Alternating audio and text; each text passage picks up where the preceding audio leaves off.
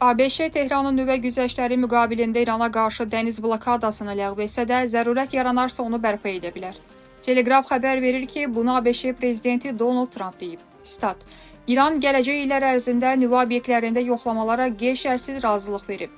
İran uzun illər üçün ən yüksək səviyyəli nüvə yoxlamalarına tam bir qeyd-şərtsiz razılıq verib. Bu yoxlamalar nüvə sahəsində dürüstlüyü təmin edəcək.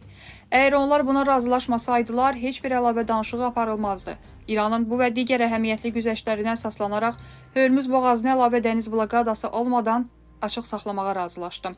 Amma blokadanın bərpa edilməsi lazım gələrsə, bütün gəmilər yerində qalacaq. Amma bu hazırda çox az ehtimal olunur. Statın sonu. Trump əlavə edib ki, İranın dondurulmuş aktivləri yalnız ABŞ-dən kənd təsərrüfatı məhsulları və dərmanların alınması üçün istifadə olunacaq.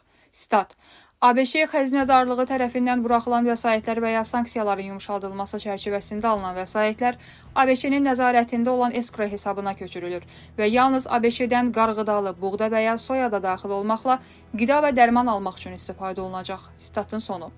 Politolog Turab Rzayev ABŞ və İran arasında mümkün sülh sazişi haqqında danışarkən bunları deyib. Stat: Düşünürəm ki, İranla razılığa gəlmək çox çətin olacaq, çünki elan olunan şərtlər həddindən çox İranın lehinə və ABŞ-nin əleyhinə kimi görünür. Yaxın Şərqdə İranın təhlükəsizliyi artır.